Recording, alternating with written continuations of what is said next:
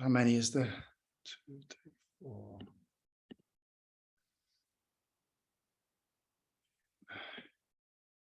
Awesome. Okay, so there's 11 of us all up. Hey, Sylvana. Nice seeing everyone's faces. Usually people don't show their faces. All good. We'll do a little meditation to get into this, because obviously this is a subject which is, I'm not a Buddhist. And in the Buddhist tradition, you have to have a certain level of understanding before you share the teaching. So I'm very aware of that. So I'm not claiming to know a lot, but and it's really interesting because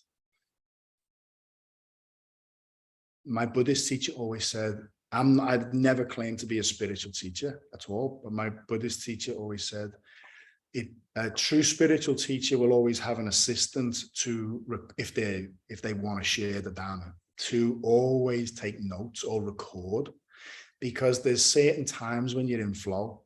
And like after last Monday, Tuesday and Wednesday, I was just pulling my car over every 5 minutes and just writing loads of notes. So I don't know whether it's going to come out tonight the same as it did then, but that's okay. But hopefully I can share some understanding into Buddhism, because Buddhism is amazing. It really is amazing. But we'll start with a little meditation. We get into it. I invite everyone to just close your eyes and just rest your awareness on your breath.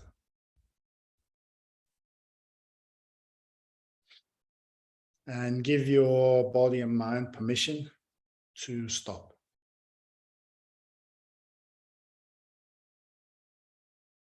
Not stop altogether, but just stop the idea that we have to do something. We have to, what we've got to do tomorrow.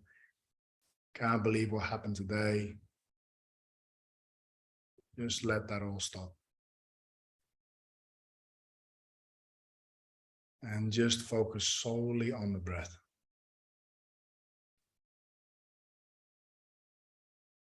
And as a raging horse gallops past on a dusty road and chains up a load of dust and sand, by focusing on the breath, we just wait for the dust to settle so we can see clearly again.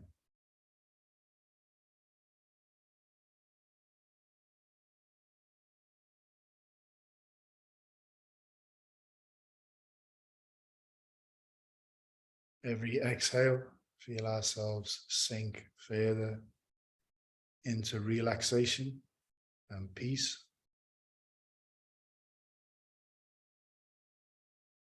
Every inhale, we're going to breathe in love and appreciation, breathing in life.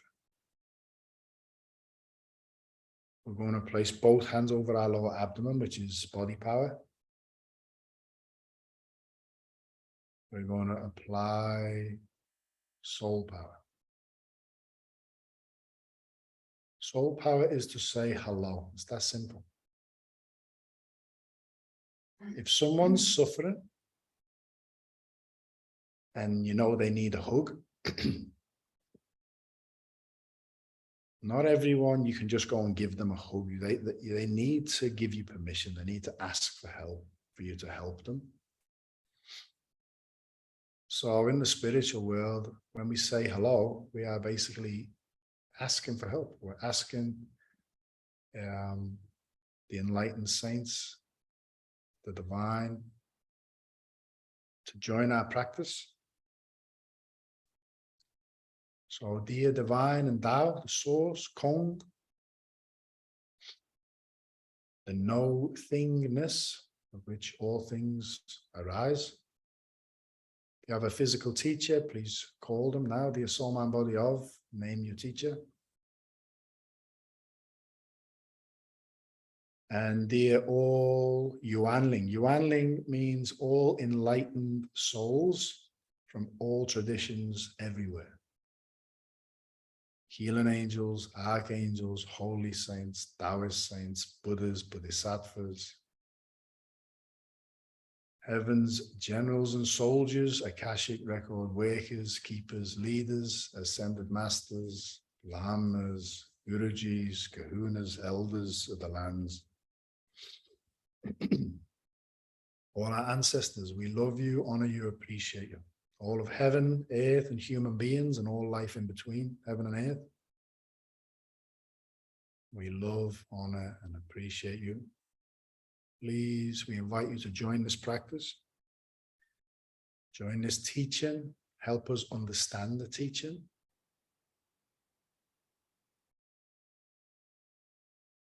Please forgive us if we've ever hurt any sentient being, consciously or unconsciously.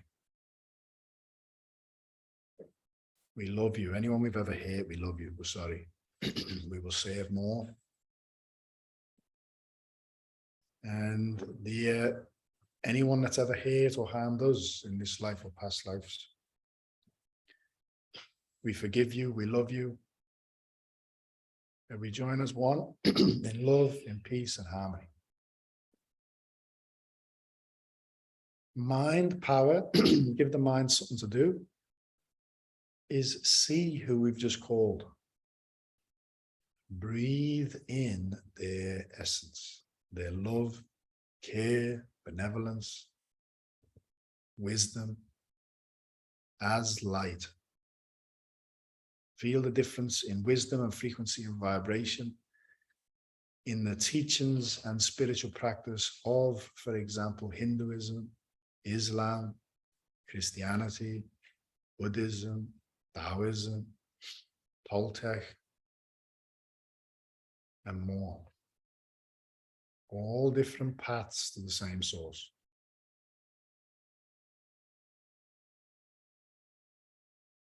And just stay with the breath. Breathing in this light. Exhale and relax.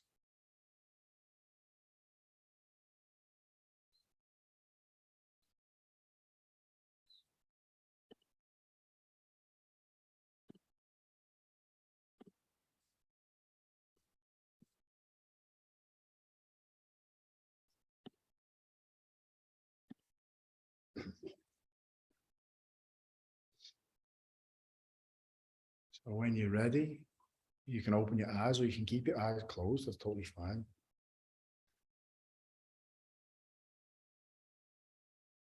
We're going to start with where the Buddha started.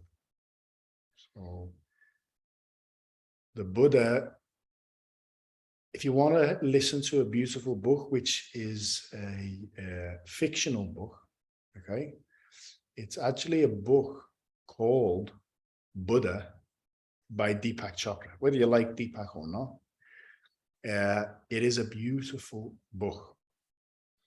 And I listened to it again recently because he does a really good job. And when I say it's fictional, I listened to interviews on him, how he wrote that book. He got as much information on Buddha's life as possible, and any gaps he filled in with like a storyline. But he does a great job. Please excuse me if you hear any of our dogs. Yeah, there's a few bats outside that triggered in the dogs. If they bark, we just use their bark as a mindfulness spell and come back to the breath. So what he did, which I thought was beautiful, was he explained the Buddha's journey in 3 parts. So the first part is Siddhartha. And his story is great. There's a reason why I'm sharing it. There's a lot of wisdom in it. He was born as a prince. Now, my Buddhist teacher said, and I've shared this with you guys before, if we give a lot of selfless contribution in the world, but we don't gain the wisdom, we will come back in another life. The example that she used, which was an exaggerated example, she said to me, you could come back, for example, as an elephant that's worshipped and is full of jewels, right? Diamonds and jewels. But I actually look at it as royal family, okay? So he was born into a royal family, and when his wife was, his mother was pregnant with Buddha, like a mystic at the time said to his father, he said, this child is going to be an enlightened one. He's actually going to, when he hears the cries of the world, the suffering of the world, he's going to leave the throne. And this infuriated his father, the king. And he said, when he sees suffering, he will leave the palace. So I think it was the first 27 years of his life. He was surrounded by the best swordsmen. So he was trained in the arts of a warrior.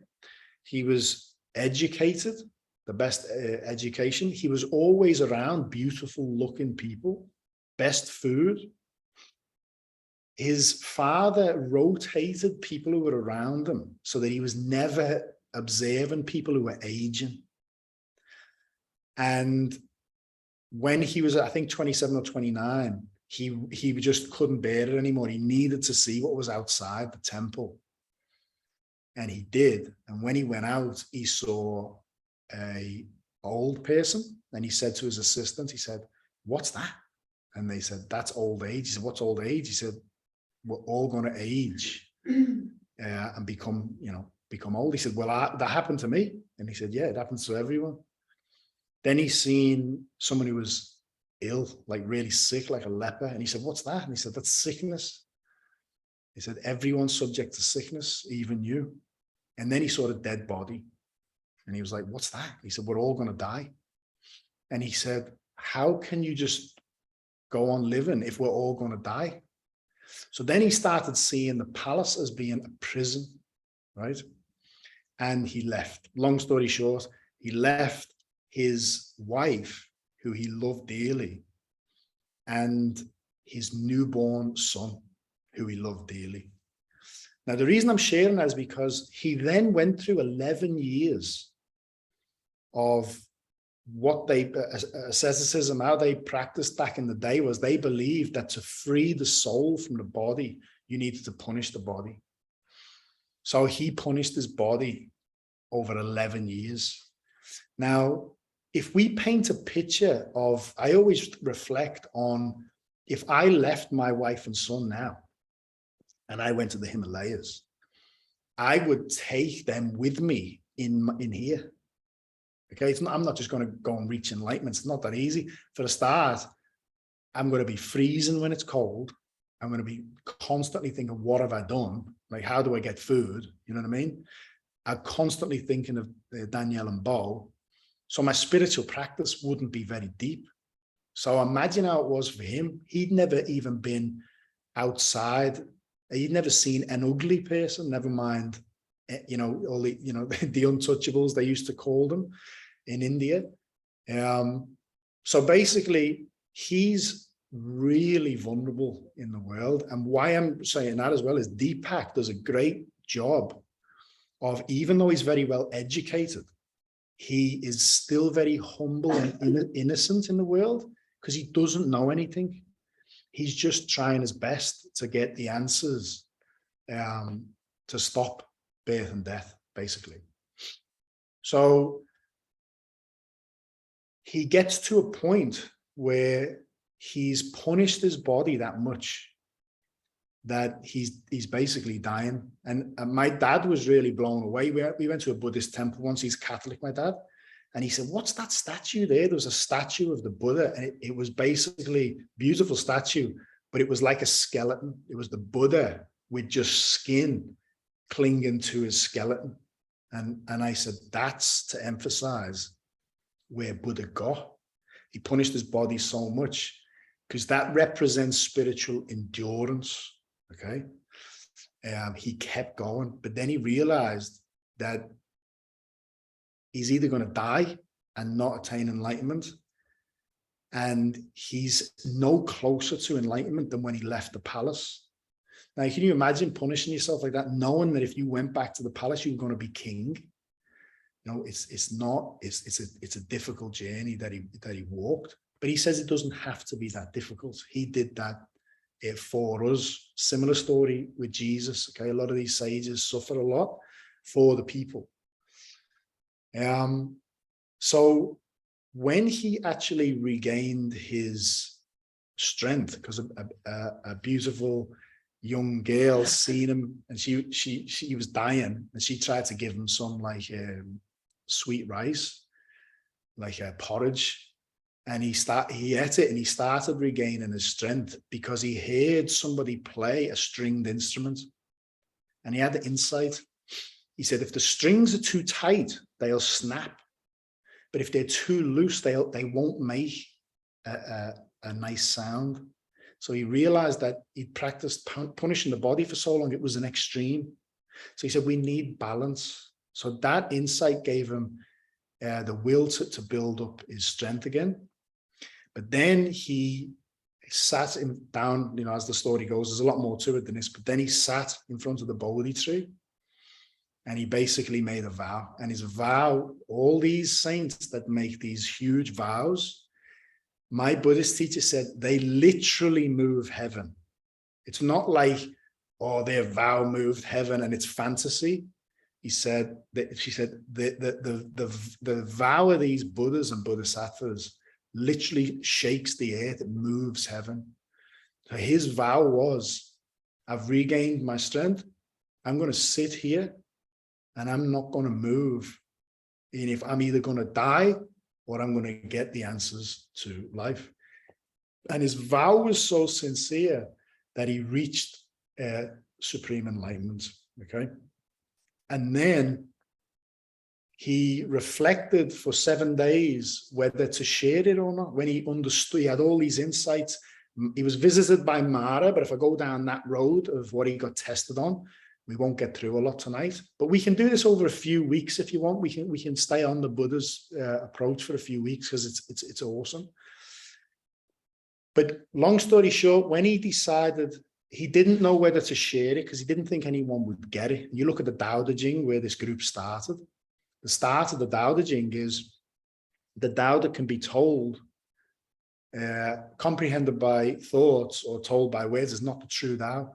So he knew that the second it was uttered, you're talking about enlightenment. It's not the experience. It's like you can explain what a blind person can explain what light is like, but they've never experienced it. So he was wondering whether to share the Dhama or not, but the Dhama just happened. That's a beautiful story. Somebody came into his life and asked a question, and the teaching just flowed. So then he went back to the 5 ascetics that he'd been practicing with. And after they realized that he had attained enlightenment, he shared the 4 noble truths. And these are so simple. I've heard them told a few different ways, but Thich Nhat Hanh, I really like. I've been going back over Thich Nhat Hanh's work again because he's really simplified the teaching for the Western audience, I think. So the 4 noble truths are really deep, okay? The Buddha said the first noble truth is the truth of suffering or ill-being. Suffering is in everything. Now, I give you an example. And I give this last week, I have a meditation stool, right? It's just a meditation stool. But just to say, I love my meditation stool, and I think I really don't want my meditation stool to ever leave me, okay? Because its nature is impermanent. All phenomena is impermanent. The idea of me losing something that I love is suffering. I've put suffering on something that is just as it is, okay? So there's the truth of suffering, ill-being. The second noble truth is there is the making of the suffering, the making of ill-being. So if you look into the first noble truth, let's say you're suffering with depression.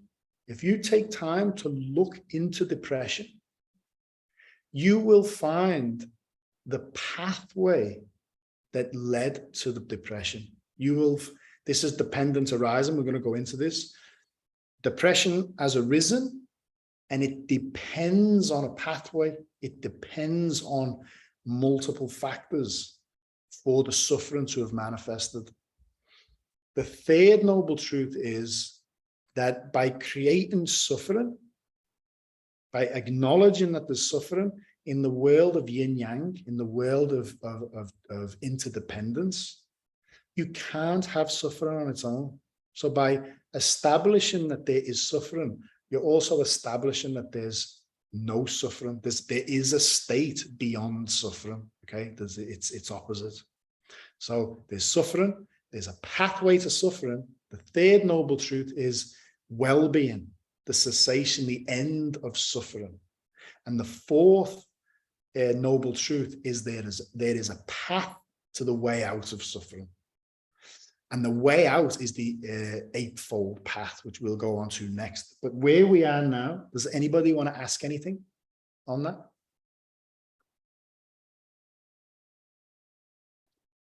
These are, as I say every week, these are open conversations. So if anyone wants to jump in at any time, you can jump in at any time, okay? Okay. The Noble Eightfold Path. Right view. If you embody these in your life, these are basically a way out of suffering. Okay, but they're a boat. So in the Heart Sutra, that's one of the core sutras in Buddhism, is talking about the boat that takes you to the other shore.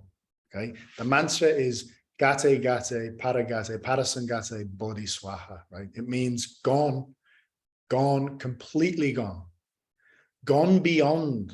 So be it, or enlightenment. It means you've completely gone beyond the human realm. Okay, all this bitterness and fighting. In Taoism, my teacher calls it the bitter sea. Humanity's in the bitter sea.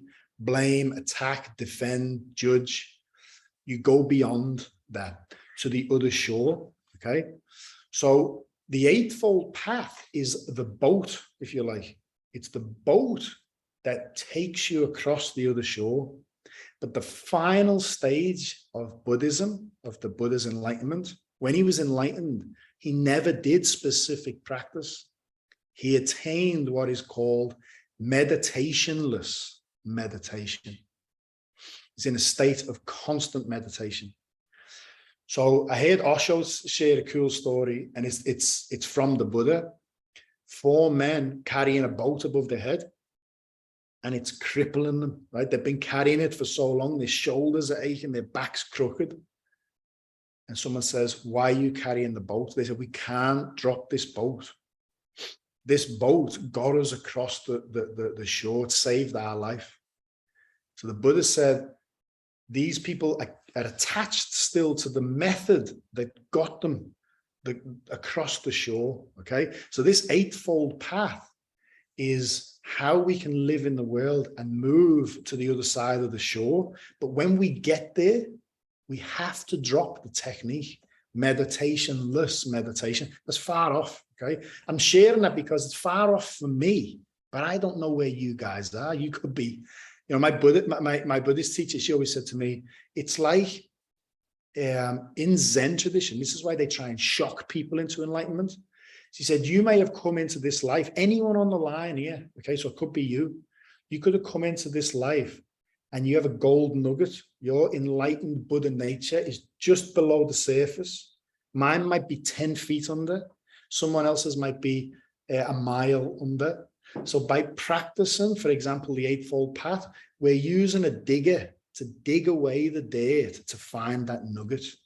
But someone on the line here, you might have to just blow the dust off the top to find your true nature. So that's why I shared the state beyond the Eightfold Path, because I'm still, I've still got a lot of work to do to get there. So these are techniques to start with, as a boat to get us across to the other shore. So first is right view, understanding the nature and cause of suffering and the method of release. So understanding the nature and cause of suffering. I'll give you a really basic example. My sister and a friend of hers have just fell out, and I'm sort of friends with the two of them. and I haven't got involved in it whatsoever. But hearing her story, she thinks one thing, and hearing his story, he thinks something else. It's fundamentally a misunderstanding, wrong view. Okay, they both got a wrong view of the situation. This is why exaggeration is very detrimental in Buddhism, because an attachment. Let's say I'm attached to something. My attachment exaggerates the reality. I might explain it to people or myself as being more than what it is. If anyone gets in the way of me getting it, if I exaggerate what they've done, okay, I distort reality. I might say, they did this and it was unbelievable, when really they didn't. It's just my attachment is exaggerating nature. So right view, the understanding of nature and how we observe it. This is why dependence origination, which we're going to go over, is key in Buddhism. Right intention, readiness to begin renouncing attachments and cultivating compassion. Right speech, using language impeccably. Assuming some of you guys have read like the fifth agreement or the four agreements. When I first read that, I loved them books, but I actually thought to myself, it's very similar to Buddhism. It's just a different language, but it's be impeccable with your word. I am sharing this teaching with you guys. This is something I definitely have to practice on out of the Eightfold Path. So using language impeccably, avoiding lying. Okay. I consider myself a very truthful person, like honest, but I play with my son and tell little lies as a joke. It's all lies. Okay. I've got to stop that. Yeah. So avoid lying, slander, and verbal violence. Right action. Remember, Master Shah says, disasters come from speech. I totally agree with that, because a lot of people who I've met who have reached out for help and that around the world, they cling on to something that their mum or their teacher may have said to them when they were 10, right? Literally has shaped their relationships, shaped their life for their whole life, based off something that someone said to them that they may not have even meant to be that bad. So we have to be careful with our speech, because disasters come from our speech. Right action, avoiding harming ourselves and others. Needless killing, stealing, sexual obsession. Think about right speech and right action are very similar here. How many people do we know? Avoid harming ourselves. How many people do we know? Probably everyone on the line to some degree as well. Harm ourselves through our self-talk. Negative talk to ourselves. Right livelihood, earning a living in a way that honors ourselves and others. Right effort, cultivating sincere discipline, but not overdoing it. Okay, balance. Right mindfulness, cultivating the habit of gently monitoring and shaping mental content.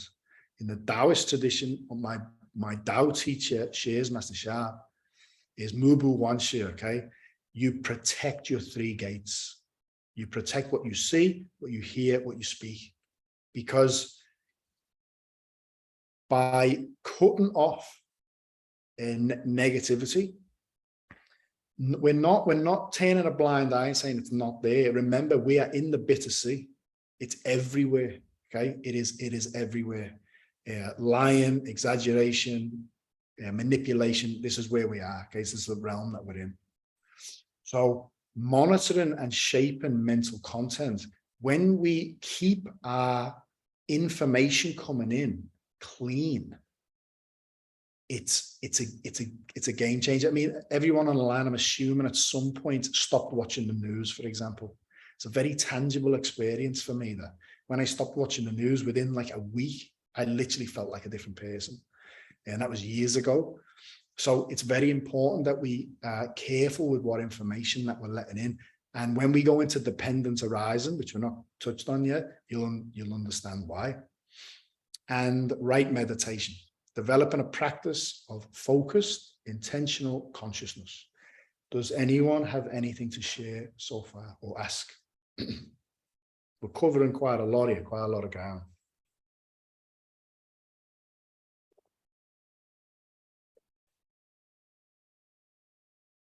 No. Okay. It kind of feels a little bit like the 10 dots. It is.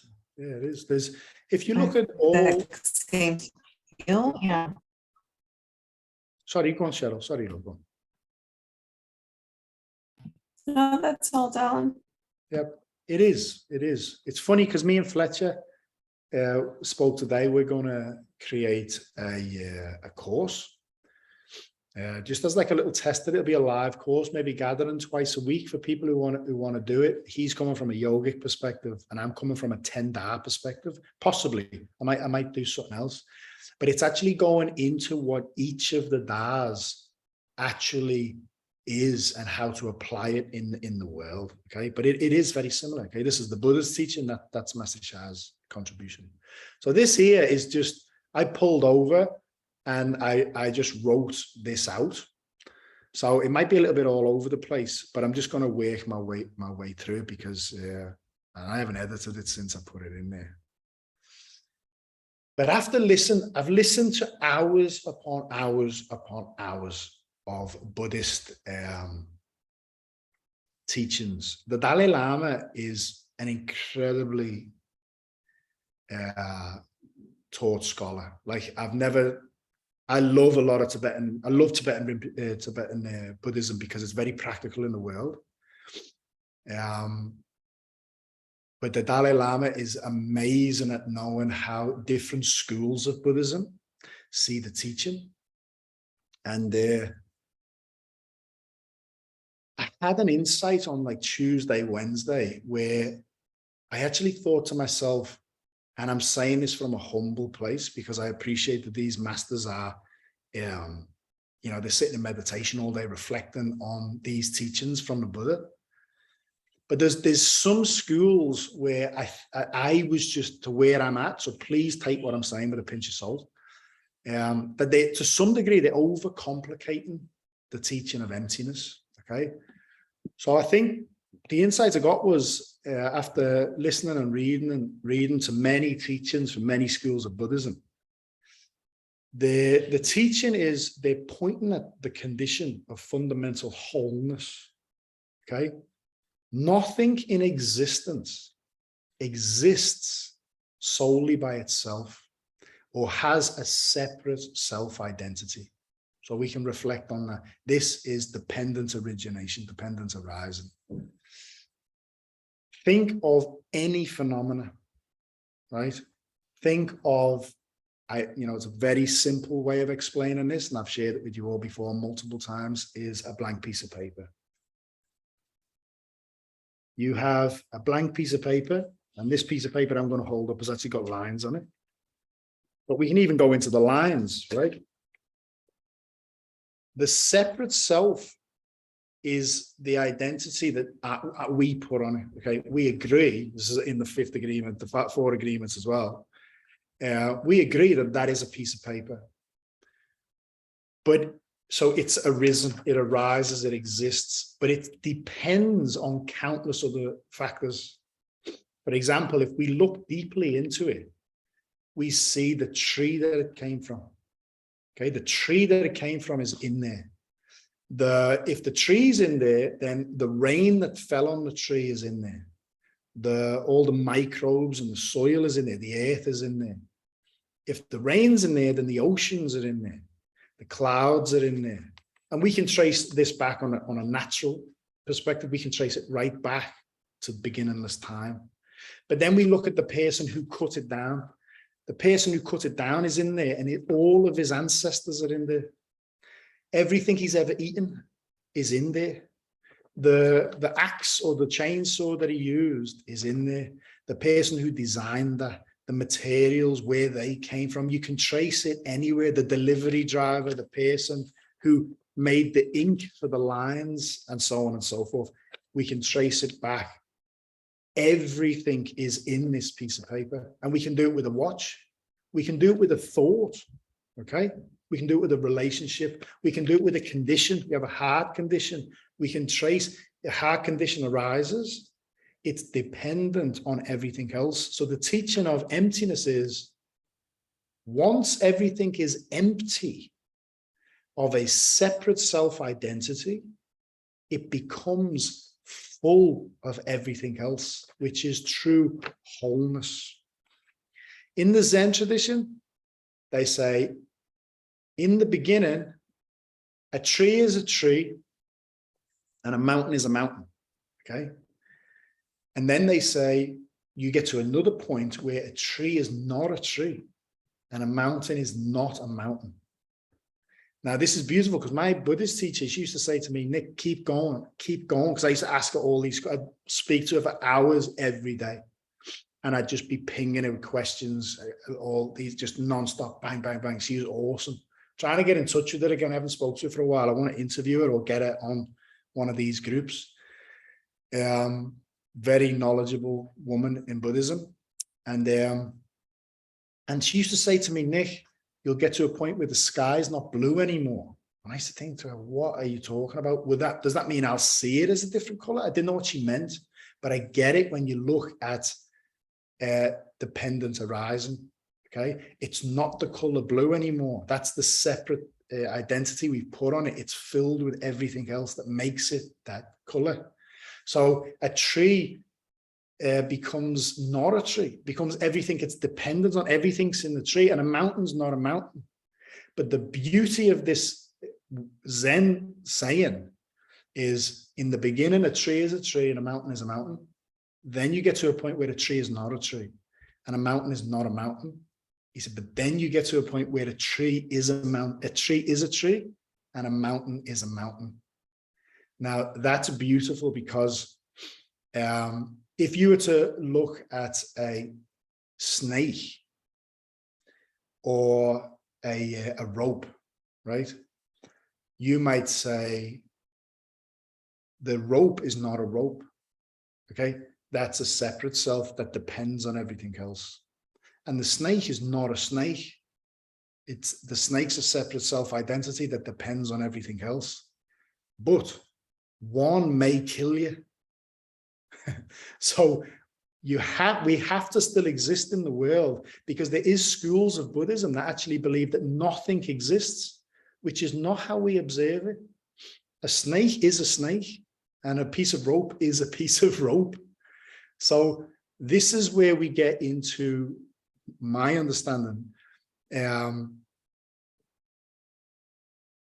Everything does have an experience. So Master Guo, who's Master Sha's teacher, he teaches field theory. So an atom has a field. Master Sha as talks about Shen Qi Jing now. So all fields are made of information, energy, and matter. Okay. So Joe Dispenza, if you like Joe Dispenza, he talks about this. He just uses a different language, right? An atom has information, energy, and matter. It's an information field. When a number of atoms come together, they might create a cell, right? A cell is a number of information fields coming together and creating a new coherent information field, which we call, let's say, a cell. But it has a collective consciousness. That's Joe Dispenza's language. We're going to keep going. And what Master Sha would say is, there is a soul of the cell. Okay. So you get a number of cells which are made of information, energy, and matter, which are collective consciousnesses. You bring them together, they might create a tissue, a coherent field that's a tissue. Multiple tissues come together, which are collective consciousnesses, information, energy, and matter. They might create an organ. Multiple organs come together, they create a system of the body. Multiple systems come together, they create a body. Multiple bodies come together with a system of the earth, and so on and so forth. So at every level, there is a conscious awareness. How do we know this? It's because of our experience. The body is a collective consciousness of coherent, intelligent life, but yet we have our own level of conscious awareness, okay, which is in charge of all the souls below it. There is a spiritual hierarchy. So before we go any further, does anyone ask any questions on that? Because it can be a lot to wrap your head around. And I don't know how I'm even articulating it, whether it's coming through. Good for you guys, if you guys are getting what I'm trying to say.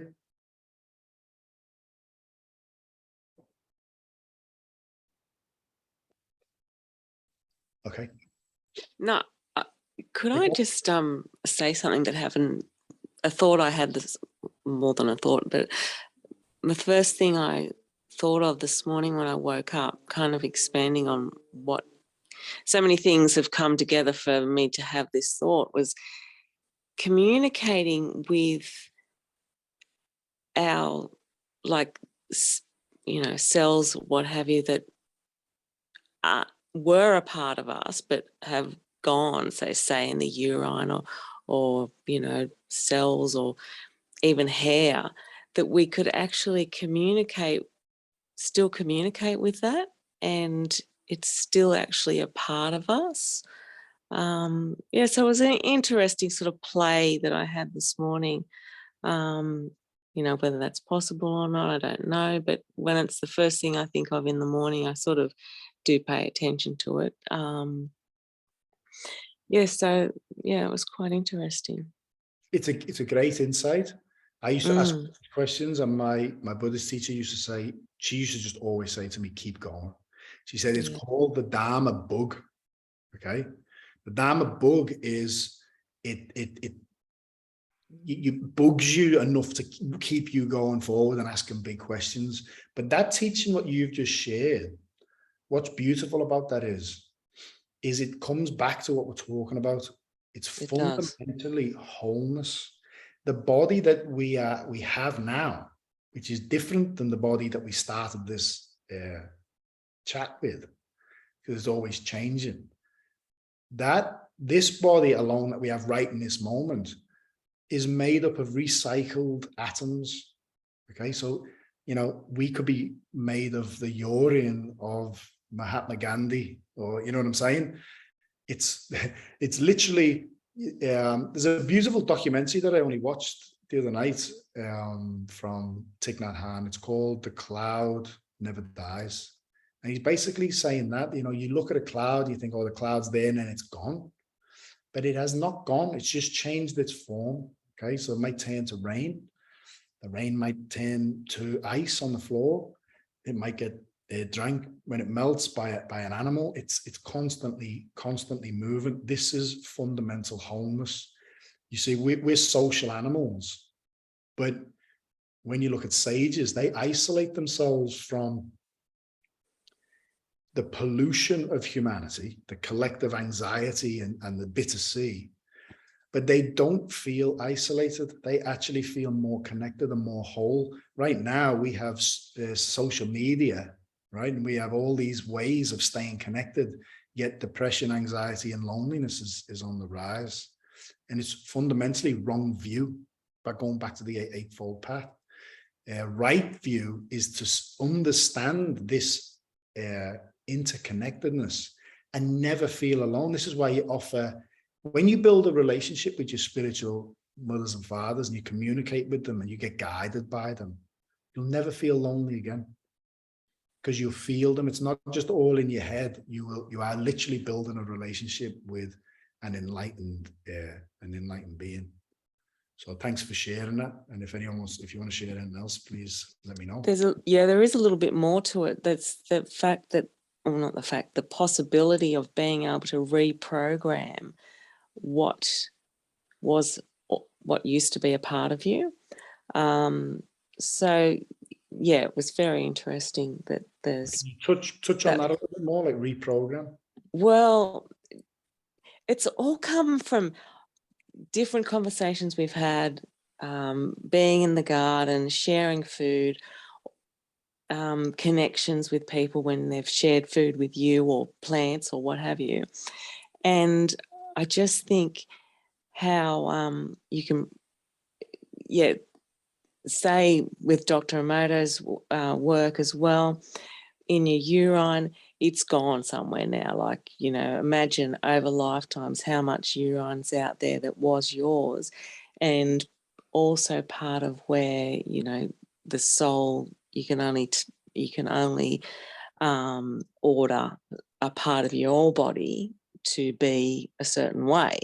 So all that, what we call waste, is out there. And is it possible that I can now, where I might have had a bad thought, can now say, well, hey, I want to change that thought to love, peace, harmony, or love, or, a good, reprogram it to a actual powerful thought. Yeah, that it's all, that's just from this morning. So it's interesting. Great. Yeah. Sorry, go on. Go on. Oh, sorry, I didn't mean to interrupt you. I don't know, go on. I just think that's so beautiful, and I absolutely have had similar wonderings and insights, especially with plants and water and the interconnectedness and light, particularly with plants and the alchemy and the connectedness with everything. I 100% think that we can reprogram it within ourselves, and I think that's part of everything that we're doing. So when we're, for example, chanting, we're interacting on a cellular level with everything that has been us and has also been everything else. And it's really been the plants that have made me realize the interconnectedness on a cellular system with, nature's elements, being simple things like water, sunshine, even stars and lunar reflections. They interact all a little bit differently, but it's all really connected. And sound, the power of sound, seems to be particularly potent for affecting exactly what you're talking about, Tracy. I just loved hearing you say that. It just lit me up. Oh, beautiful. Thank you. Yeah, thanks. But there's two things I would add to that, Tracy. When we're talking about reprogramming things that are out there, it's fundamentally how you are feeling now. You don't have to, let's say you think, when I urinated this morning, I was in a bad mindset. I'm going to reprogram it now to a good mindset. It's all connected. That's the fundamental teaching that we're looking at here. We're never not connected to it, just as we're never not connected to our kids. We're never not connected to each other right now, the computer. We're not connected to our environment. We're not connected. It's all information fields.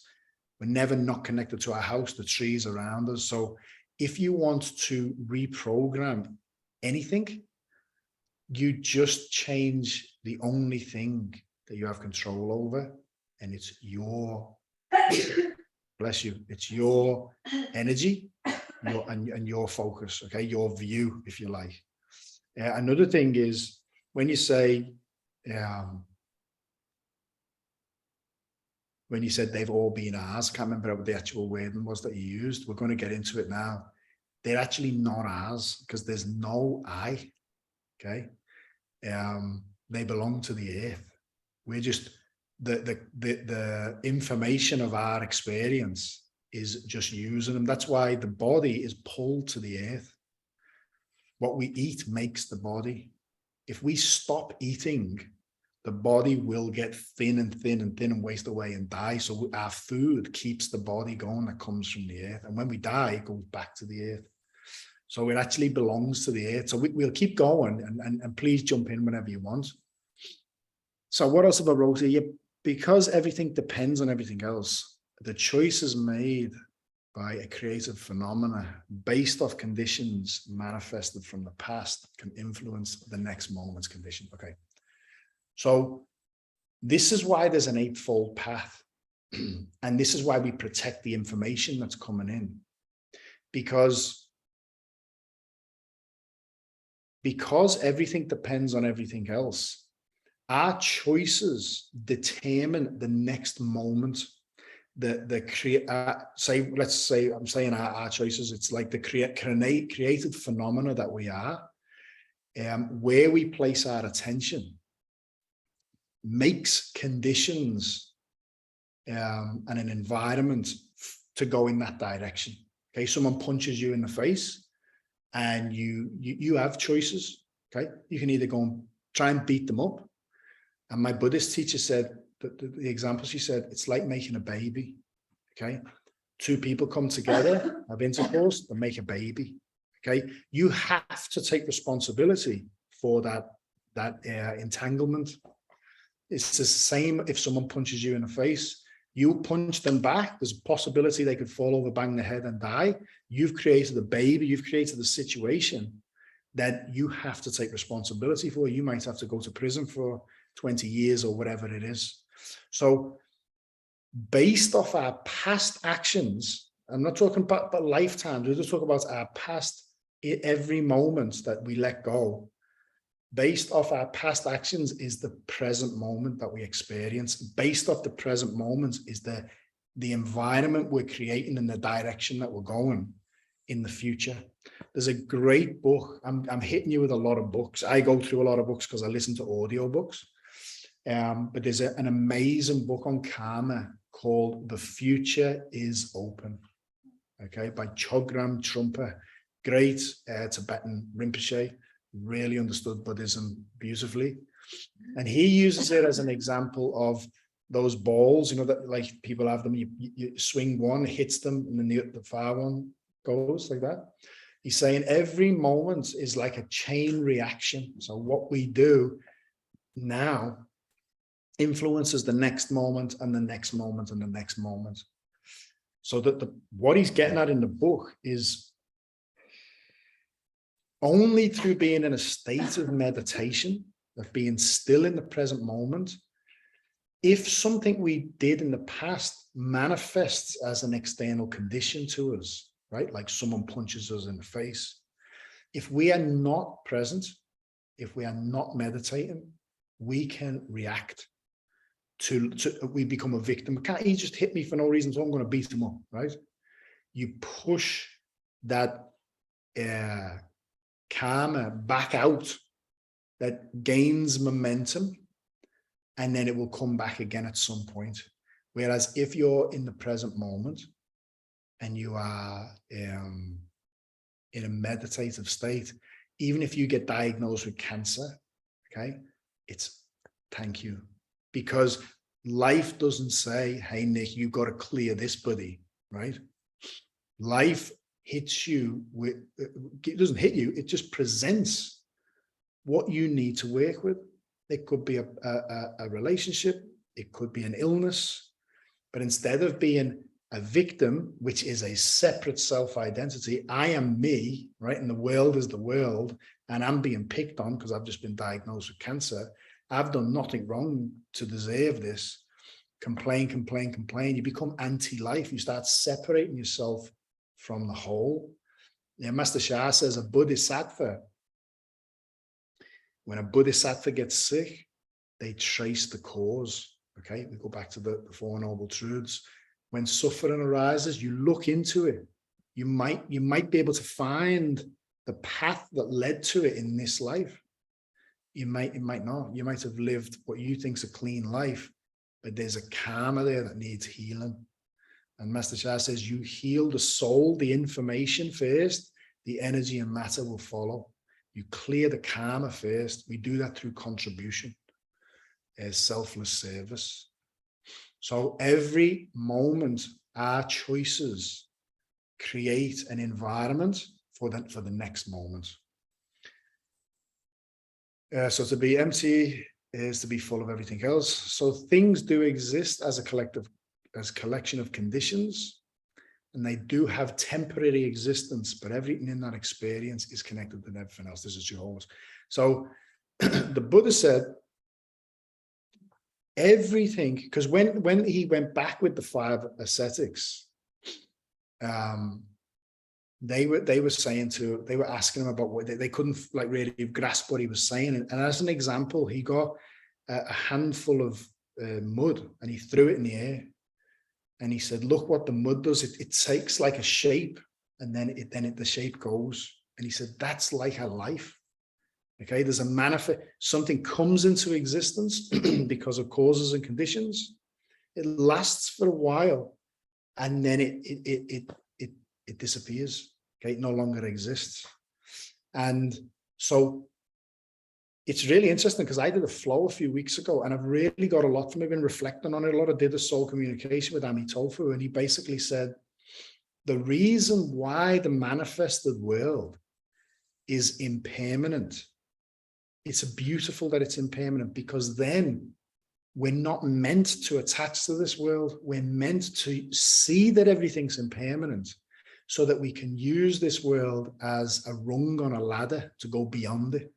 Suffering comes from clinging to something that you want to be permanent, that by its fundamental nature, it's subject to birth, old age, sickness, and death. Even if it's a house, you can maintain it all you want, but at some point it's going to decay and it's going to end. Does anyone want to ask anything on that?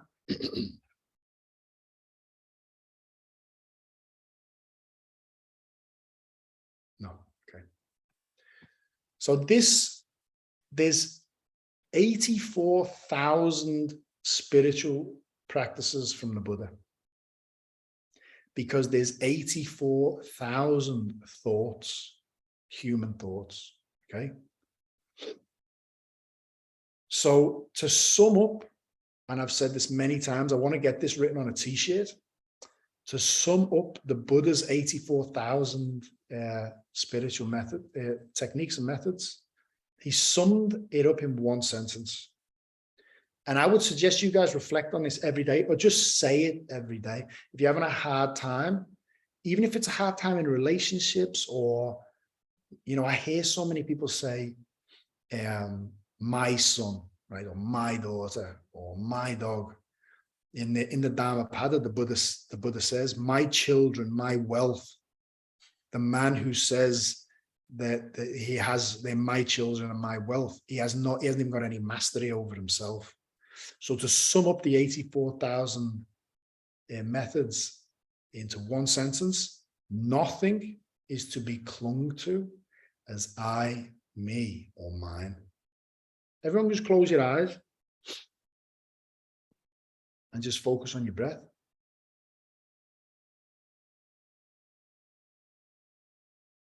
Wrong view, wrong perception is the cause of suffering. And the cause of suffering is that it is clinging to an I, a me, or a mine. There is no fundamental I to have something be mine, because nothing truly has a separate self-identity. Everything's dependent on everything else. And everything's impermanent in the physical world. So just reflect on your current life,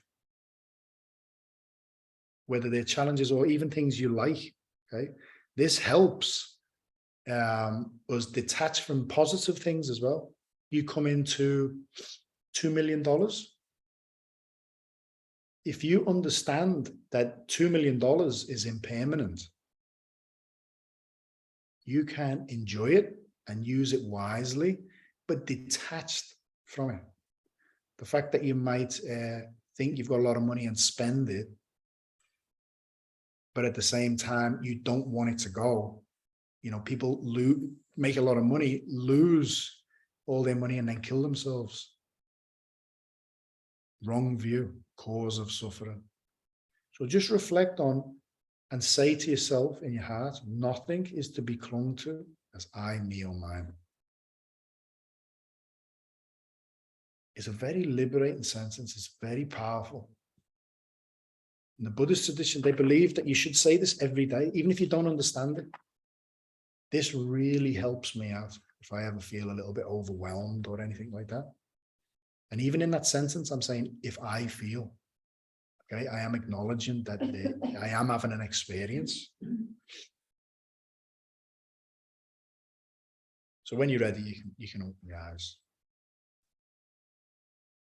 Because this is a distorted, wrong view of reality, one projects a separate identity onto something that is not a separate entity, but a collection of conditioned phenomena, and then clings to it as being mine and wants it to be permanent, when in fact its true nature is impermanence. Gone over that. The idea of becoming a Buddha is the cause of suffering. Because, okay, yeah. So this insight is, I hear the story of a disciple that went to a master, and the master just sat in silence. And he knew that the students had a question. And he knew it was bothering him. And after a few weeks, he just couldn't handle it anymore. And he said, I need to ask you something, master. And the master said, ask it. And he said, how can I become enlightened? And the master just slapped him across the head. And he said, why did you do that? And he said, because you're already enlightened. And the Buddha said the same thing. Everything has Buddha nature. It's like that golden nugget I just said, that we have to dig for. The idea of becoming a Buddha is the cause of suffering, is a cause, not the cause of suffering, because our true nature is that. So Tao, the Kung, which we've gone over, it might be the new language for some people who are not on every week, wholeness with all existence, only the mind separates. Okay, it's that the mind is dualistic, it's focused in time, future and past, it projects and it clings onto things. So the state of a Buddha is not an achievement to be achieved in time, it's a recognition of something you already are. Anyone have any questions on that? Do you have any questions, Daniel? I don't have a question, but I wanted to share something. Yes, please. At our youth camp, one of the things that we teach and we get the kids to think about is kindness and, how we can all come together and support one another. And they came up with, years ago, if anyone said mine, that person has to get on the floor and do 10 push-ups. and it's throughout the whole program, you'll hear this big roar go up, and then you'll see someone on the floor and everyone around them counting, doing the push-ups. So that was interesting. It's actually a good practice. Try and go about your day without using the word I, me, or mine. One technique in Buddhism as well that they say is when we have pain in the body, you say, I am in pain, right? Then there's a me who's suffering. But if you change it to pain is present, it feels very different. You can almost be with it, and there's a presence there. That's just an example. But I reckon we do a meditation, because I've done a lot of talking tonight. And if you guys like the Buddhist stuff, we can keep revisiting this for a couple of weeks, because the Buddha taught as an enlightened being for 40 years. And that was 2,600 years ago. And what I love about Buddhism is in those branches, you have many incredibly intelligent masters who dedicate their whole life to reflecting on these insights, and they're giving their own commentaries and teachings. So there's so much in Buddhism. So for me to try and sum up Buddhism in an hour, I don't think that's going to happen. But I remember meeting a guy who was not a Buddhist when I was traveling, And he said his father studied a lot of ancient philosophies and spiritual practices. And he said he loved Buddhism. Buddhism was one of his favorites. And I said, did he ever sum up Buddhism in one sentence? And he said, yeah, he did actually. He said, I asked him once, he said, why do you like Buddhism so much? And can you explain Buddhism to me simple? Because he wasn't like he didn't have a spiritual practice. And his dad just went like this, just clenched the fist. He said, clench your fist. And you can all do it, all clench your fist as tight as you can. You clench that fist as tight as you can and just hold it for a minute as tight as you can. You start to feel pain, lack of blood flow, eventually cramps, numbness. Numbness is an important word because I think most of humanity are numb. Now, fatigue, yeah, let it go. That's Buddhism. Let it go. Nothing is to be clung to as I, me, or mine. Let it go. This is Master Shah's has been teaching his students for years. The way to reach the Tao, the Taoist way, his new teaching is reaching the Tao. The Tao is just a name for Nirvana, okay, or the Kung. Buddha call it, the Kung. But he's teaching the Buddhist way now. And if you look at, he's doing all these, his marketing team have got him doing these shorts on Instagram, which are cool. He's answering questions that are like a minute long. They're really good. All he's emphasizing is let it go. Let it go. When you let go of the tension, you feel the blood flow again, feel relaxed. So yeah, that's how he summed up Buddhism. I thought, mate, you just did a great job. You nailed it. Your dad knows what he's talking about. So everyone get a drink if you want. Get comfortable. I'm going to just take my face off for 1 second. I'm just going to go to the bathroom. If you want to go to the bathroom, do it now.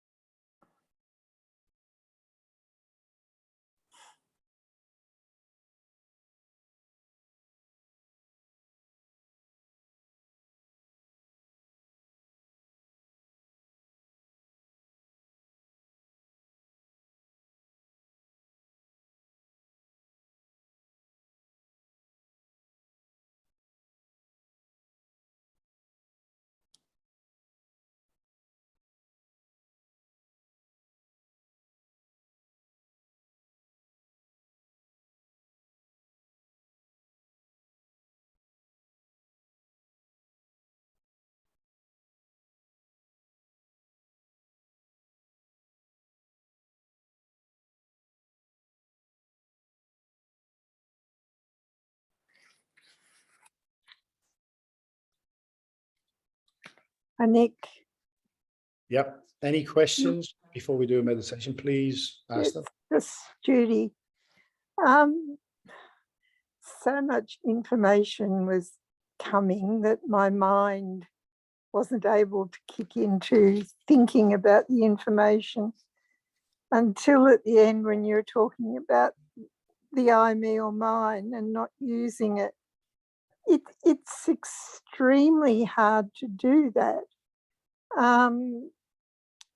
Like if you're wanting to let someone know you're in pain, and even as I'm talking, just using the word "you're" is still referring to myself.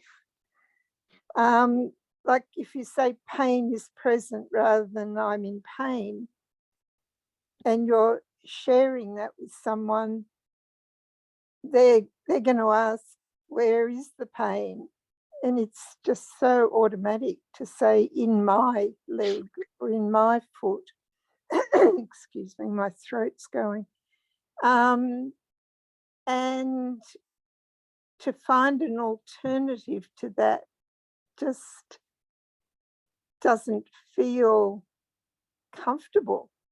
Like if you just say, instead of my leg, you just say in the leg, or point to something to avoid using the I, me or mine.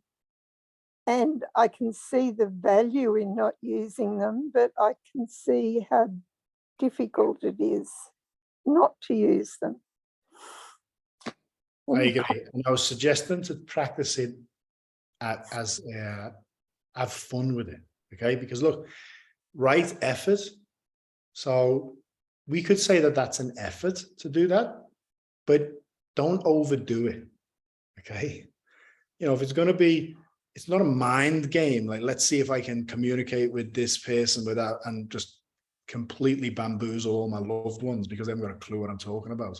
That's not what I'm suggesting. I'm just suggesting to play with it. Like, even if it's just your inner talk, you know what I mean? Just your inner talk, not necessarily communicating with the world, because we have to live in the world, but just how you see the world. Like, let's say you are in pain, how your inner voice, let's say, you know, how you relate to that pain. So don't attach, okay?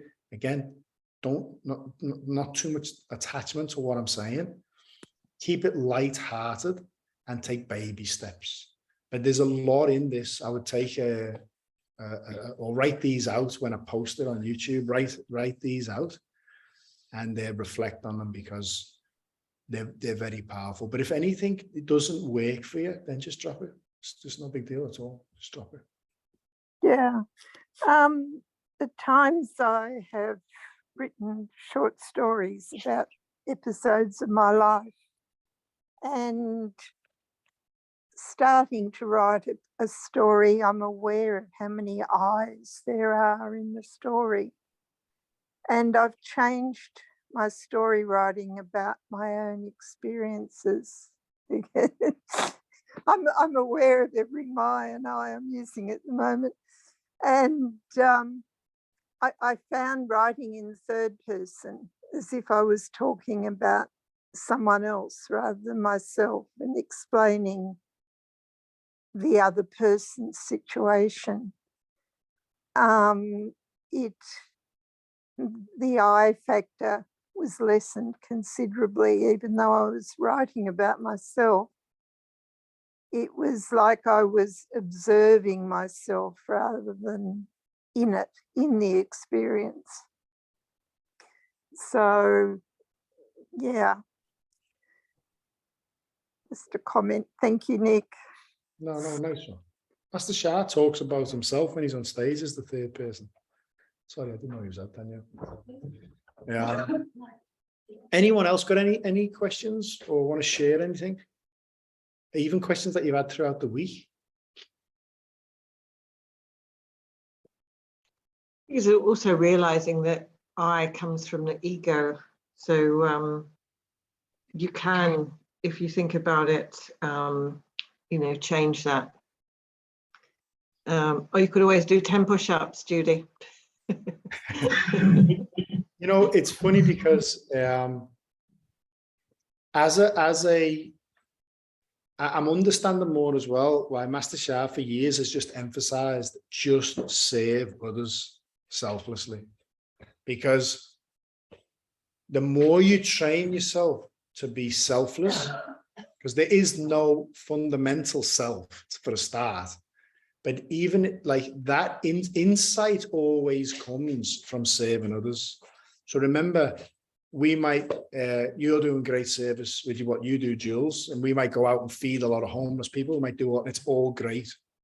But when we do universal meditation, for example, we sit down and we invoke Wanling. So in the beginning, Yuan, okay, it's just a bit of difference in language. Yuan Ling is enlightened souls. Wan Ling is all souls everywhere, all souls in heaven, all souls in hell, every dimension, every realm, anywhere, right? When you invite them to practice and sing a mantra with you, you dedicate your practice to serving all of them. That is a huge practice we can do. Even if you chant for half an hour, and that half an hour, I am dedicating this half an hour for the benefit of all sentient beings. That's what gets us up in the morning. A true practitioner. In Buddhism, I heard the Dalai Lama say the other day, actually, there's 3 types of being. The Tao Te Ching says there's 3 types of being. In the Tao Te Ching, they say there's the person that hears of the Tao and practices it straight away. There's the second type of person. Sorry, dogs are playing up. The second type of person hears of the Tao and practices it now and again. And the third type of person hears about the Tao and laughs out loud, okay, mocks the Tao. But in Buddhism, they say the 3 types of people are the one that doesn't want to practice and chases things that are subject to birth, old age, sickness, and death, which their ignorance thinks that the things they love is not suffering. They can't see that there's suffering involved in the things that they're attached to. Second type of person is somebody who's had enough of the world and wants to gain spiritual awareness and wisdom so that they can progress for themselves. And the third type of being is the Bodhisattva, who dedicates this experience to going beyond the bitter sea, let's say, to reach enlightenment, but you're doing it for all sentient beings. Your purpose is for other beings. So it's interesting. I am typically a good sleeper, but every so often, whether it's the dogs who need to go out or whatever, I'm getting woke up through the night. The other night I woke up at 2, last night I think it was 2 in the morning, and I felt quite awake. And so this is just a technique which I recommend. Rather than trying to get back asleep, get up, right? Get on your meditation cushion and do a meditation. I meditated from 2 in the morning till 3 in the morning until I felt tired. When I got back in bed, went into a coma. But I've been doing that a lot. I've been getting up at like 3 in the morning and just doing an hour and then jumping back in bed for an hour or 2.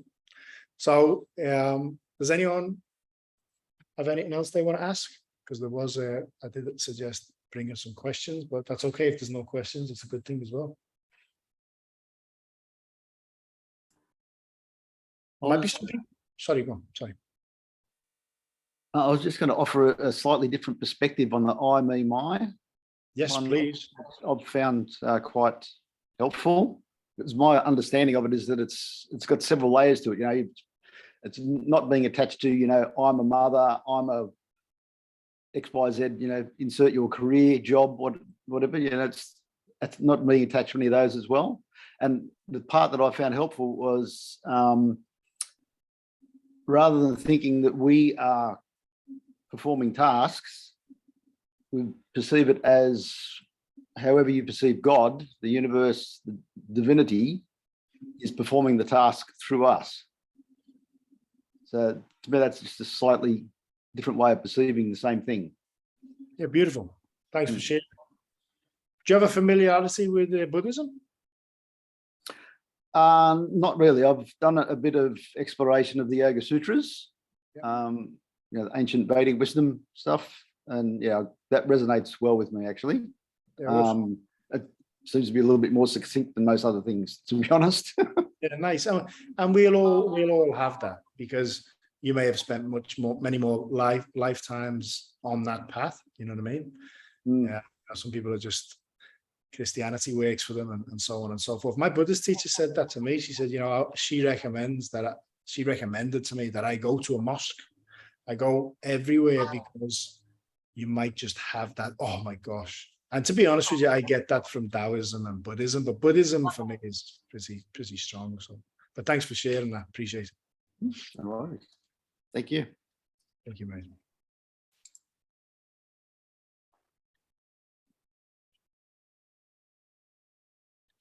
Anyone else? What I should we think do? the right view, understanding the nature and cause of suffering and the method of release.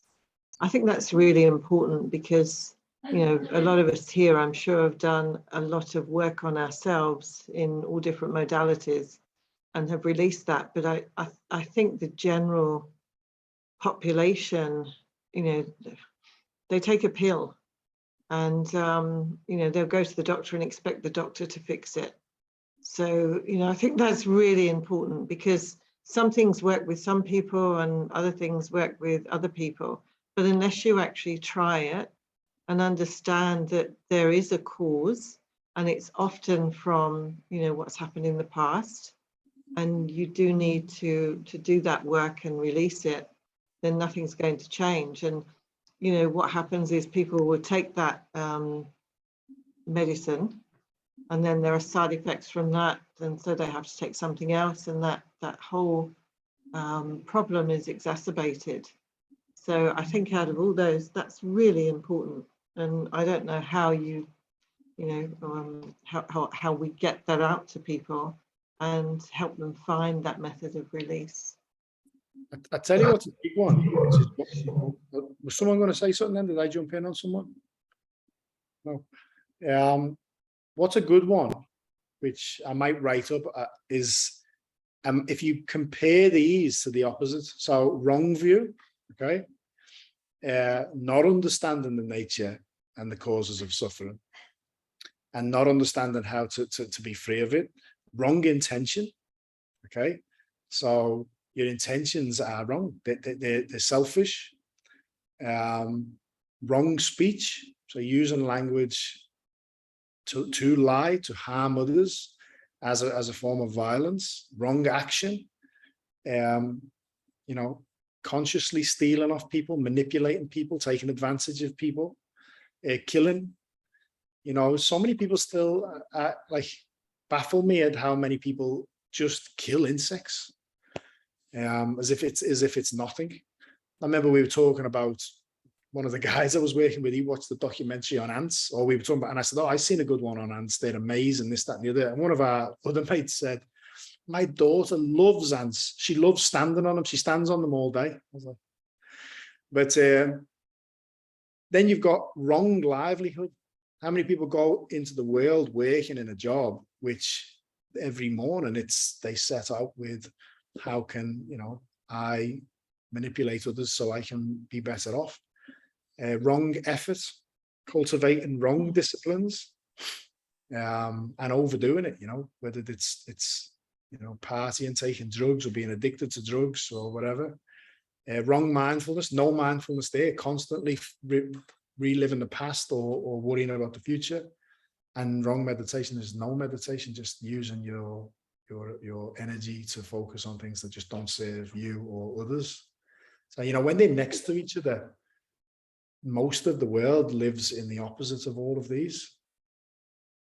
And that's why the world's suffering, basically. And the reason why it's good to try and to be aware of these every day and try and get on that boat that'll take you to the other shore is because only through your experience in the world can you actually help people around you. You know, and it takes time. It does take time.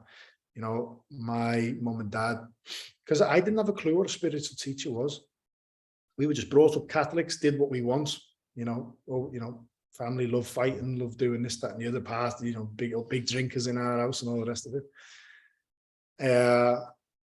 When I found a spiritual teacher, it was way out there from my family. And you know, there's times when they had a lot of questions and all the rest of it. But just over 12 years, you know, people, they ask me for healings now. If someone's struggling, they say, "I would speak to Nick," you know what I mean? Or, you know, and I don't say that from an ego place. I feel very humbled and very grateful for that. But it's fundamentally over time, just trying your best to live by what you stand for, living the right views and the Eightfold Path, for example, or the 10 Dars, however you want to look at it. You become an example for your loved ones, and then you influence somebody else, and then they take up their path. That's one of the biggest gifts you can give someone. So, if you guys want to do a meditation, or has anyone else got any questions? Or want to share it? It doesn't have to be questions.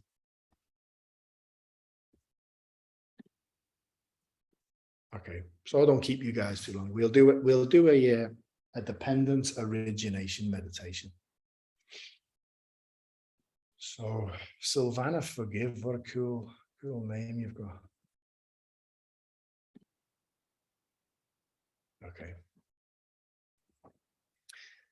So let's settle ourselves down. It's been a lot of thinking. So just close your eyes and get comfortable.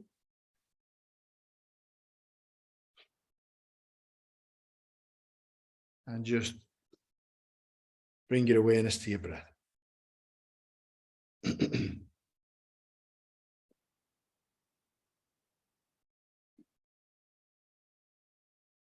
And just follow the rise and fall of the breath.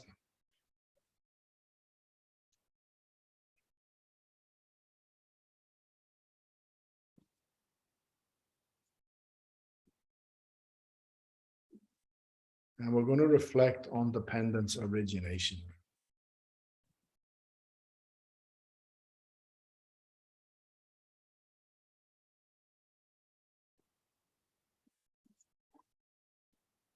Think about the path of being a light worker.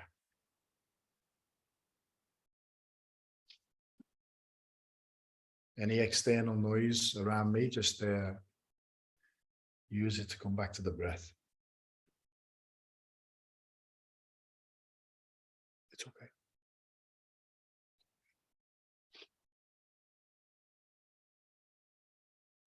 Imagine being a light worker. Many of us, many people say they're light workers. There's nothing wrong with that, bringing light in. But light can't exist without, it depends on darkness.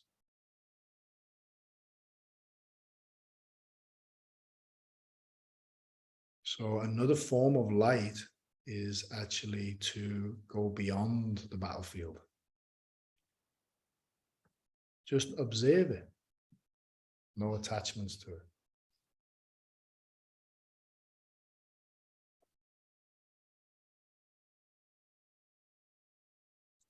You think about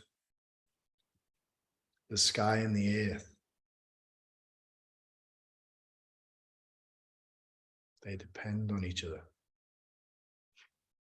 The sky rests on the earth holds up the sky. Beauty and ugliness, the Tao Te Ching.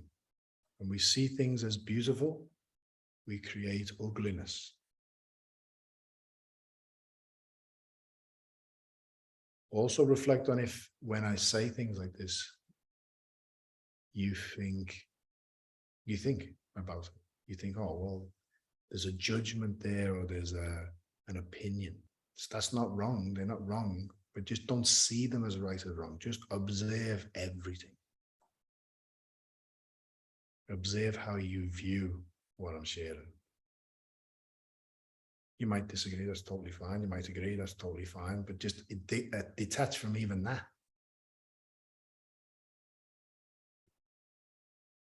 Good and bad, up and down. Even emptiness needs form.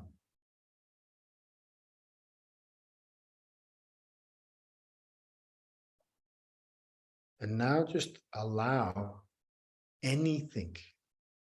Just be open as the sky and allow anything to enter your awareness. And as that thought, feeling, pain, memory arises, reflect on what it's dependent on.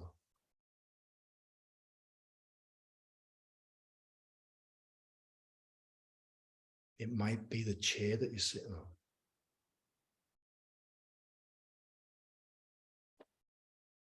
Might be a relationship with your kids. It might be a back pain.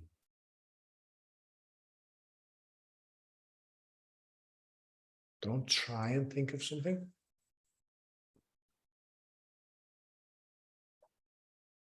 Just be with the breath, and anything that enters your awareness, observe how it arises, reflect on what it's dependent on, and then observe how it disappears.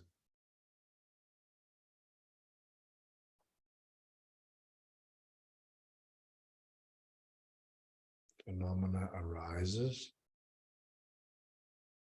empty, they depend on countless factors and are impermanent.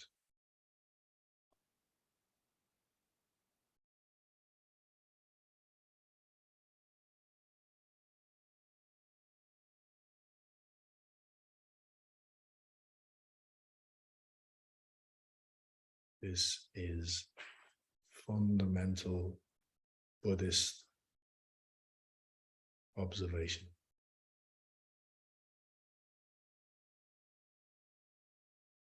Things arise, they're dependent on countless factors, empty of a separate self-identity, and are impermanent.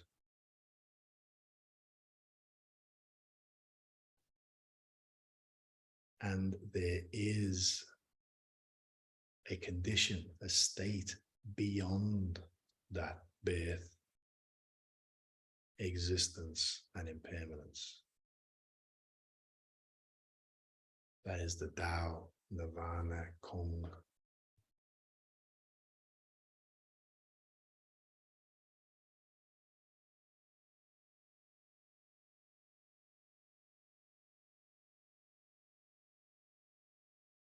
And as we observe things that arise, depend on countless factors, empty of a separate self, and that impermanent,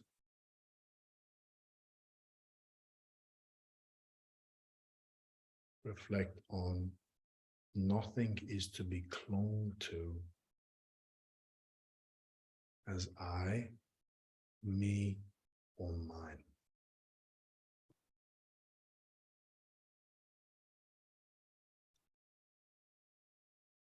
From this presence,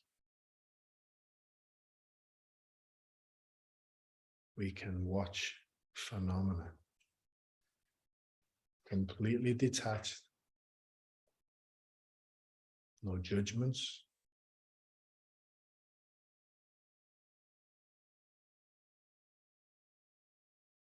no blaming, no discrimination.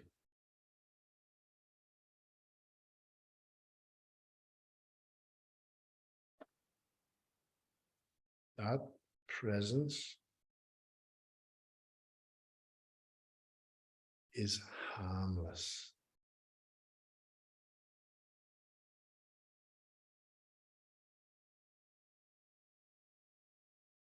In a world where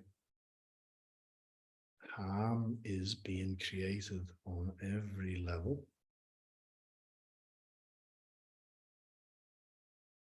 being harmless is one of the greatest contributions we can offer. Being still.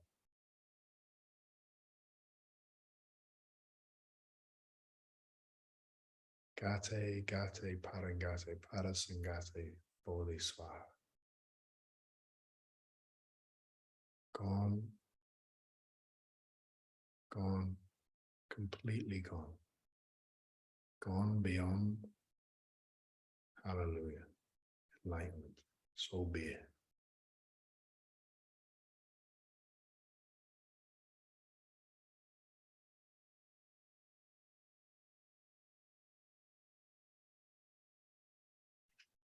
You'll find that even after this meditation, tomorrow, the next day, the next week, if If you stick with this meditation, you will see things arise, exist and disappear, and there's a presence that is observing that. That is outside of three-dimensional reality. You look at a picture of yourself when you are born, toddler, teenager, present day. Body always changing and dying. There is a presence there that is not subject to birth and death, that watches the rise, existence, and falling of all phenomena. Think about a bird flying past. You hear it singing, flies overhead, comes into awareness, into our awareness, exists for a while, disappears.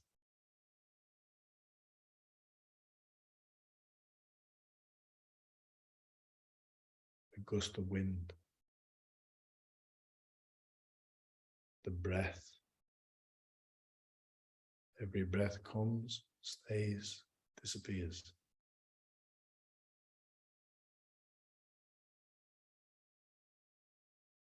Do this meditation, the trees won't be trees anymore.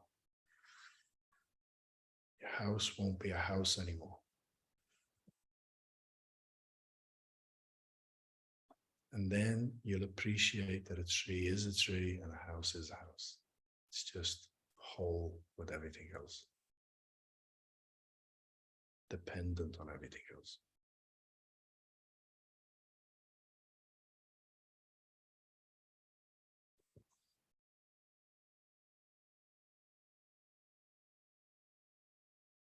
This body is subject to birth,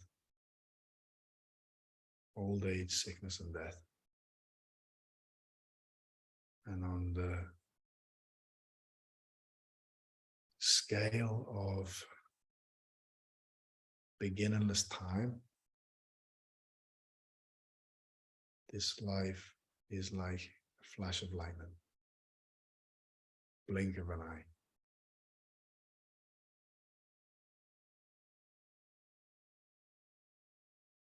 So the fact that we have the Dhama, don't waste any time. Spend as much time in that space that observes phenomena arise, sees nature for what it is. Everything's impermanent, empty of a separate self, dependent on everything else, and detach from the world. Enjoy the world, appreciate the divine essence of the world, but detach from the world.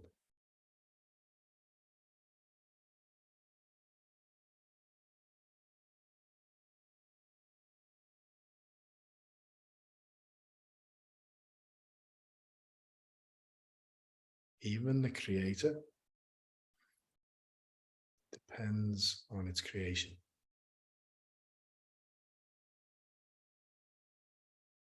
Even the creator is empty of a separate self-identity.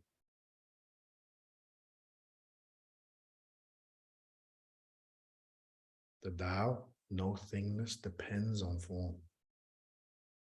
The Tao Te Ching says in the first chapter, mystery, the Tao, and manifestation both arise from the same source. That source is dependent on its creation.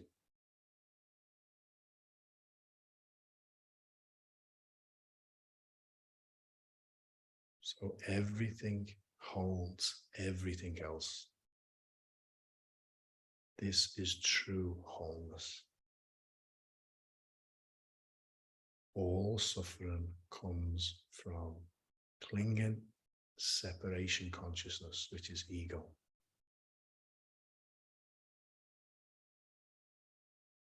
Therefore, nothing is to be clung to as I, me, or mine.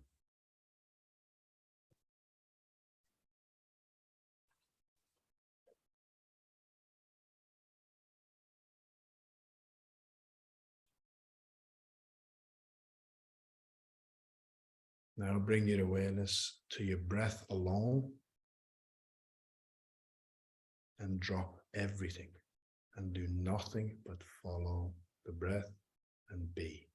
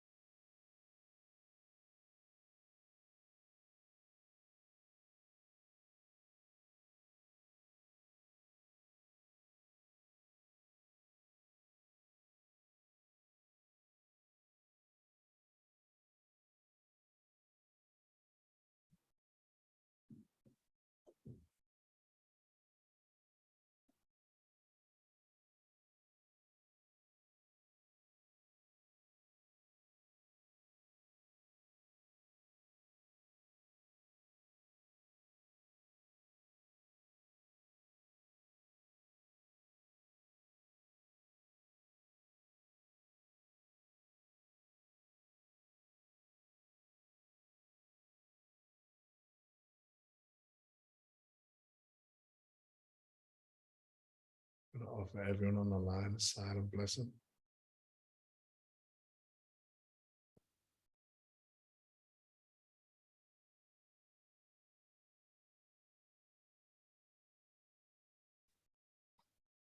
The lesson start.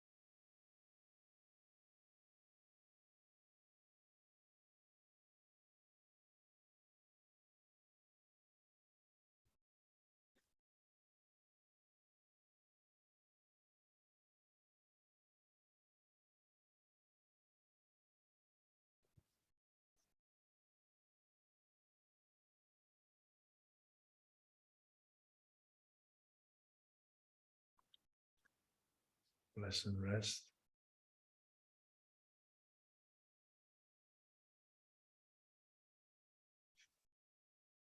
We put our hands in the traditional prayer position. And we say how.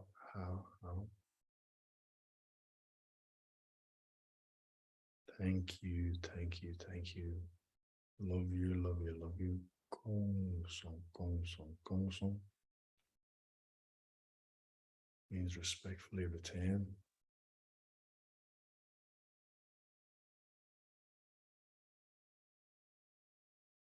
Take your time.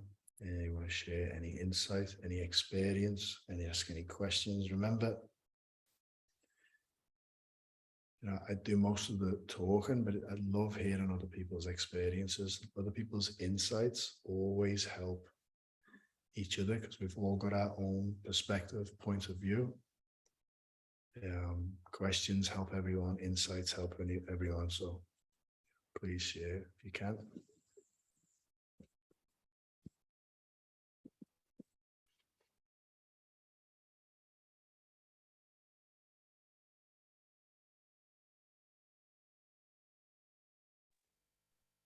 Thank you, Nick. That was really lovely. Oh gosh, my screen keeps disappearing. I found that really, I was really itching to get to the meditation part. I was a bit impatient. I was like, come on, I want to meditate. And I felt as the energy dropped in, and even in the beginning, and the light was dropping in, is all the density in my lungs and my throat shifting, and I needed to cough a lot. And then I had this insight where, as my mind was opening up and I was releasing and letting go of the thoughts, is I saw a big eye, and the eye turned into like a galaxy and into space. And I basically went into space then. And it was really spacious. So really beautiful to be in that space. But I did have, then the tears started to come again. I know when I first met you, I had a lot of resistance, and I had a lot of ego, and I'd done a lot of wrong path and wrong action and wrong speech. And I cried for about the first 2 or 3 years that we met, but I haven't cried much lately in meditation, but I started to cry again. So that felt really nice. Thank you. Thank you. Thanks for sharing. Nice to have you on. I'll speak to you privately. It's all good. I was just going to say, are you grieving at all? Not that I'm aware of, no. My tears don't feel grief orientated. Lungs. Yeah. Yeah. Yeah, thank you. Something to reflect on. Yeah, thank you. Love you, mate. Love you too.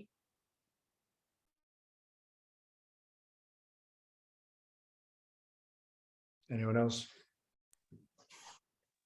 It's Judy. Hey, Judy. After the meditation, I just enduring the meditation. I don't know what's going on with my throat, but it's still funny. I just felt very still, like every aspect of me felt so still. And I realized, just listening to you talk tonight, I was letting go a lot throughout the whole talk. And my only awareness was on the talk and what was going on, what was being said. My mind wasn't, until that time I spoke, my mind wasn't engaging in thinking about it. And I've just realized since the meditation, I've had some pain in my hand all afternoon and evening, and I wasn't even aware of it until I came out of the meditation. So I was very much present tonight and in the stillness that followed. Thank you very much, Nick. Thank you and congratulations. But going back to what we spoke about before, I understand if we're explaining about my sore toe, for example, to a doctor, okay, you would say that. But on a spiritual level, by saying mine, you're holding on to something, you're attached to something. It's mine, my sore leg, or my pain, or my depression. So by not clinging to I, me, or mine and observing it for what it is, we can actually let the pain go. We can let the pain go, which is always linked to the past. So yeah, just thought I'd share that. Thanks for sharing, Judy.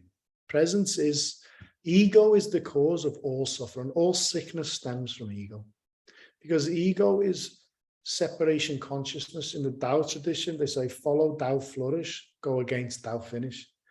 The universal process, when you're present, you're detached. The earth is present and detached. The earth doesn't think about itself. It just serves selflessly. The sun doesn't care whether you're a good person or a bad person. It's going to shine on you. Serve selflessly.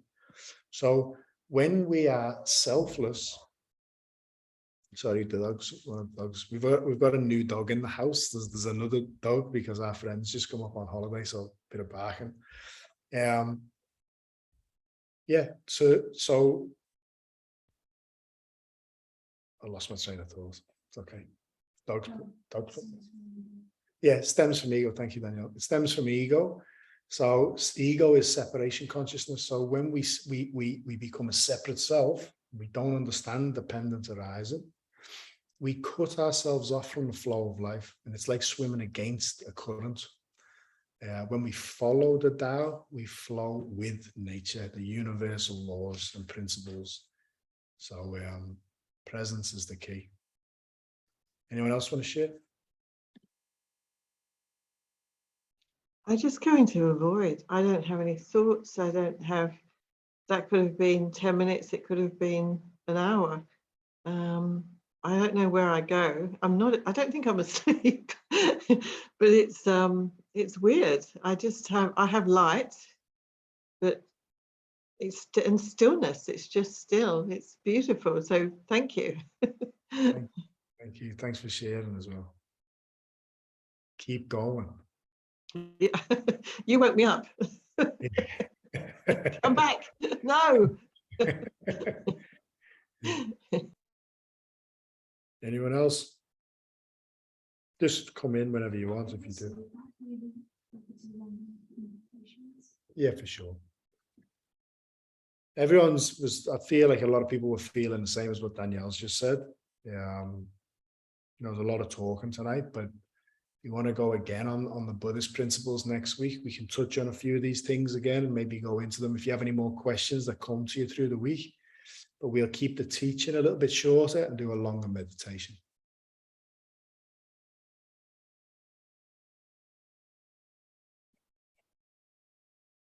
Sylvana's just put in the chat.